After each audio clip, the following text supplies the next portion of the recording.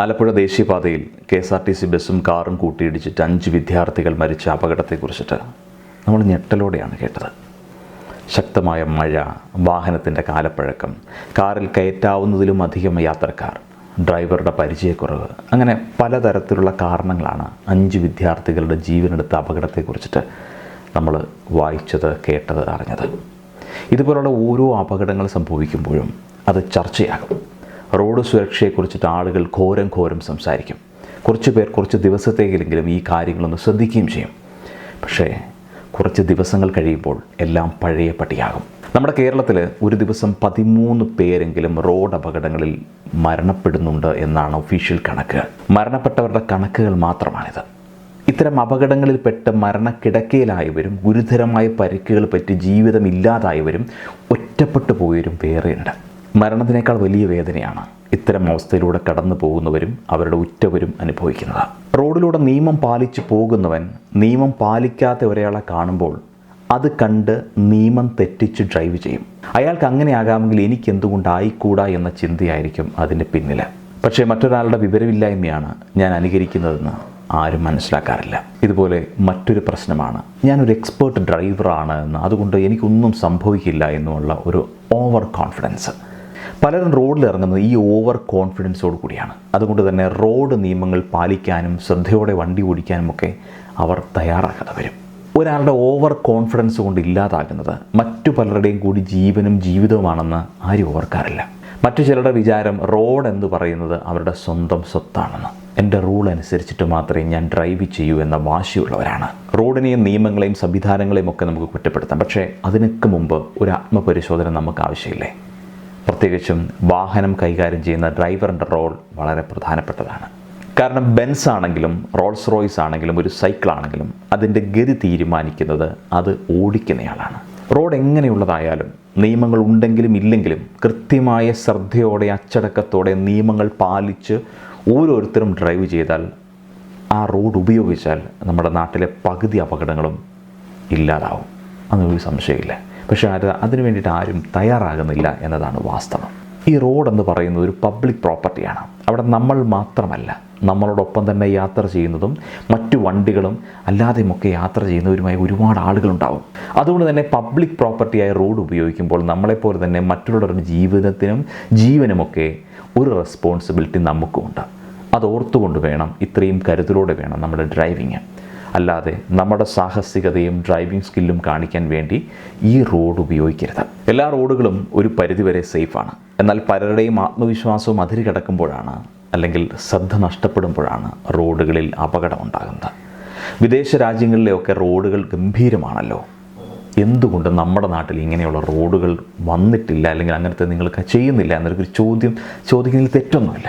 പക്ഷേ അതിനൊക്കെ മുമ്പ് വിദേശ രാജ്യങ്ങളിൽ അവർ വണ്ടി ഓടിക്കുന്നത് പോലെ മാന്യമായി നിയമങ്ങൾ പാലിച്ചുകൊണ്ട് വണ്ടി ഓടിക്കാൻ, അല്ലെങ്കിൽ റോഡ് നിയമങ്ങൾ പാലിക്കുന്നുണ്ട് എന്ന ബോധ്യം നമുക്ക് ആദ്യം ഉണ്ടാവണം. അതുകൊണ്ട് റോഡ് ശരിയല്ല, അതുകൊണ്ട് ഞാൻ നിയമം പാലിക്കില്ല എന്ന് പറയുകയല്ല വേണ്ടത്. മാത്രമല്ല, വണ്ടി പോകുന്ന റോഡിനനുസരിച്ചിട്ട് വാഹനം ഓടിക്കാൻ പഠിക്കണം. അവിടെ ഡിവൈഡർ ഉണ്ടായെന്ന് വരില്ല. അങ്ങനത്തെ ഒരു സ്ഥലത്താണെങ്കിൽ അങ്ങനെ വാഹനം ഓടിക്കണം.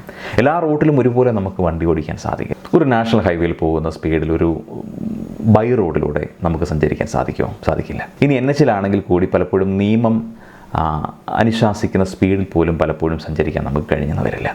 ഇതൊക്കെ കണ്ടറിഞ്ഞ് പ്രവർത്തിക്കേണ്ടത് ഒരു ഡ്രൈവറാണ്. അതിനെയാണ് ഡ്രൈവിംഗ് സ്കില്ല് എന്ന് പറയുന്നത്. അത് നാളുകൾ കൊണ്ട് സ്വായത്തമാക്കിയെടുക്കേണ്ടതാണ്. ഒരു വണ്ടിയെ ഓവർടേക്ക് ചെയ്യുമ്പോൾ എന്തൊക്കെ കാര്യങ്ങൾ ശ്രദ്ധിക്കണം, എത്ര അകലം പാലിക്കണം, മഴയുള്ള സമയത്ത് ആ അകലങ്ങൾ വരുത്തേണ്ട മാറ്റങ്ങൾ എന്തൊക്കെയാണ്, ഇതിനെക്കുറിച്ചൊക്കെ ഒരു ഡ്രൈവർ അറിഞ്ഞിരിക്കണം. പലപ്പോഴും അവബോധത്തിൻ്റെ കുറവ് കൊണ്ടല്ല, മറിച്ച് ആ അറിവ് പ്രാവർത്തികമാക്കാനുള്ള ബുദ്ധിമുട്ട് കൊണ്ടാണ് നമ്മുടെ നാട്ടിൽ അപകടങ്ങൾ ഉണ്ടാകുന്നത്. ഒപ്പം പാലിക്കേണ്ട നിയമങ്ങളും മര്യാദകളും കാറ്റിൽ പറത്തുന്ന ആറ്റിറ്റ്യൂഡും കൂടിയാണെങ്കിൽ എല്ലാം ശുഭം. പിന്നെ ഡ്രൈവറിനെ പോലെ പ്രാധാന്യം അർഹിക്കുന്ന ഒന്നാണ് യാത്ര ചെയ്യുന്ന വാഹനവും അതിൻ്റെ ഫിറ്റ്നസ്സും. കളർ കോഡുണ്ടായ അപകടത്തിലൊരു പ്രധാന പങ്ക് വഹിച്ചത് ആ വാഹനത്തിൻ്റെ അപാകത തന്നെയാണ്. എല്ലാ വാഹനങ്ങൾക്കും അതിൻ്റെ ഒരു എഞ്ചിനും ഓരോ കമ്പനി നൽകുന്ന ഒരു ഗ്യാരണ്ടിയുണ്ട്. അത് നിശ്ചല കാലാവധി കഴിയുമ്പോഴത്തേനും അതിന് പ്രശ്നങ്ങളുണ്ടാവും. കൃത്യമായി സർവീസ് ചെയ്ത് അതിൻ്റെ ഫിറ്റ്നസ് ഉറപ്പുവരുത്തി മാത്രം യാത്ര ചെയ്യണം. പക്ഷേ അപകടങ്ങൾ ഉണ്ടാകുമ്പോൾ മാത്രമാണ് അതിൻ്റെ ഫിറ്റ്നസ്സിനെ കുറിച്ചിട്ടും വാഹനം ഇങ്ങനെയാണെന്നൊക്കെ നമ്മൾ പലപ്പോഴും പറയുക. നമ്മളൊരു വാഹനത്തിൽ കയറുമ്പോൾ നമ്മുടെ ജീവനുള്ള വിലയെപ്പോലെ തന്നെ ആ വാഹനത്തിനും വിലയുണ്ട്. നമ്മുടെ ശരീരത്തിന് ചില സമയങ്ങളിൽ ചില ബുദ്ധിമുട്ടുകൾ കാണിക്കുന്ന സമയത്ത് നമ്മൾ ആശുപത്രിയിൽ പോകാറുണ്ട്. എന്ന് പറയുന്ന പോലെ മനുഷ്യ നിർമ്മിതമായിട്ടുള്ള നെറ്റും ബോട്ടിലും നിർമ്മിച്ചിരിക്കുന്ന ഒരു യന്ത്രത്തിന് ഇടയ്ക്കിടയ്ക്ക് ചില പ്രശ്നങ്ങളൊക്കെ വരും. കൃത്യമായി ചെക്കപ്പുകളൊക്കെ നടത്തി സർവീസുകളൊക്കെ നടത്തി വേണം ആ വാഹനം ഉപയോഗിക്കാൻ. നമ്മളൊരു കാര്യം ചുമ്മാതെങ്കിലും ചിന്തിച്ച് വയ്ക്കാം. റോഡ് എന്ന് പറയുന്ന ഒരു ഗതാഗത സംവിധാനം ഉണ്ടാകുമ്പോൾ സൈക്കിളിൽ യാത്ര ചെയ്യാം, ബൈക്കിൽ യാത്ര ചെയ്യാം, കാറിൽ യാത്ര ചെയ്യാം, ട്രെയിനിൽ യാത്ര ചെയ്യാം, ഫ്ലൈറ്റിൽ യാത്ര ചെയ്യാം. ഇതെല്ലാം മനുഷ്യൻ്റെ ആ യാത്രയുടെ ദൂരവും സമയവും ഒക്കെ കുറച്ചുകൂടെ ലഘൂകരിക്കുന്നതിന് വേണ്ടി മനുഷ്യൻ കണ്ടെത്തിയ ഒരു വിദ്യ മാത്രമാണ്. നമ്മുടെ പ്രവൃത്തി മേഖല കുറച്ച് ചെറുതായി പോയിരുന്നതിനെ കുറച്ചുകൂടെ വൈഡാക്കുന്നതിന് വേണ്ടിയിട്ടാണ് യാത്രാ സൗകര്യങ്ങൾ ഉണ്ടാകുന്നത്. അതുകൊണ്ട് തന്നെയാണ് ഈ ലോകം ഏറ്റവും കൂടുതൽ വലുതായത്. നമ്മുടെ ഗതാഗത സംവിധാനങ്ങൾ വലുതായപ്പം നമ്മളൊരു കാര്യം മനസ്സിലാക്കുക, ഇതെല്ലാം കാര്യങ്ങളെ കുറച്ചുകൂടെ എളുപ്പമാക്കുന്നതിന് വേണ്ടി മാത്രമുള്ളവയാണ്. പക്ഷേ അവിടെ ജീവിതം പൊലിയുന്ന സാഹചര്യമുണ്ടെങ്കിൽ അത്തരം സാഹചര്യങ്ങളിലേക്ക് നമ്മൾ എന്തിനു വണ്ടി ഓടിച്ചു പോകണം? എന്തിനാണ് ഞാൻ ആ വാഹനം ഓടിച്ചത്? മോശമായ റോഡുകളിലൂടെ നമ്മൾ മോശമായിട്ടല്ല വാഹനം ഓടിക്കേണ്ടത്. വളരെ ശ്രദ്ധയോടുകൂടി വേണം വാഹനം ഓടിക്കാനായിട്ട്. എന്ന് വെച്ച് മറ്റുള്ള റോഡുകളിൽ അശ്രദ്ധമായി ഓടിക്കാം എന്നൊരർത്ഥമില്ല. ഡിസംബർ മാസങ്ങളിൽ പതിവ് പോലെ നല്ല മഴയുണ്ടാവും. സാഹചര്യങ്ങളിൽ നമ്മൾ ക്രിസ്മസും സെലിബ്രേഷൻസും ഒക്കെ ഭയങ്കരമായിട്ട് വരുന്നൊരു സമയമാണ്. ആ തിരക്ക് കൂടുമ്പോഴും ആഘോഷങ്ങൾ കൂടുമ്പോഴും ഒക്കെ എന്തായാലും എല്ലാ വർഷവും ഒരുപാട് റോഡ് അപകടങ്ങൾ വാർത്തകൾ നമ്മൾ കേൾക്കാം. അത്തരം അപകടങ്ങൾ കൂട്ടുകയല്ല നമുക്ക് വേണ്ടത്. നമുക്ക് അത്തരം അപകടങ്ങൾ ഉണ്ടാകുന്നതിനെ കുറയ്ക്കാൻ നമുക്ക് നമ്മുടെ ഡ്രൈവിംഗ് സ്കിൽ ഉപയോഗിച്ചുകൊണ്ട് ആവശ്യമില്ലാതെ ഓവർടേക്ക് ചെയ്ത് ഹോൺ അടിച്ച് മറ്റൊരു യാത്രക്കാരനെ ബുദ്ധിമുട്ടിക്കാതെ എനിക്കും എന്നോടൊപ്പം യാത്ര ചെയ്യുന്ന ആളുകളുടെ ജീവനും എന്നെക്കൊണ്ട് എന്തെങ്കിലും ഒരു തരത്തിൽ ഒരു കമ്മിറ്റ്മെൻറ്റ് കൊടുത്ത് ആ യാത്രയെ ഭംഗിയാക്കാം എന്ന് ചിന്തിക്കുന്നിടത്ത് ഒരാൾ ഒരു തീരുമാനമെടുത്ത് തുടങ്ങിയാൽ അതേപോലെ എല്ലാവരും തീരുമാനമെടുത്താൽ എത്ര മനോഹരമാണ്. Think positive. Have A great day.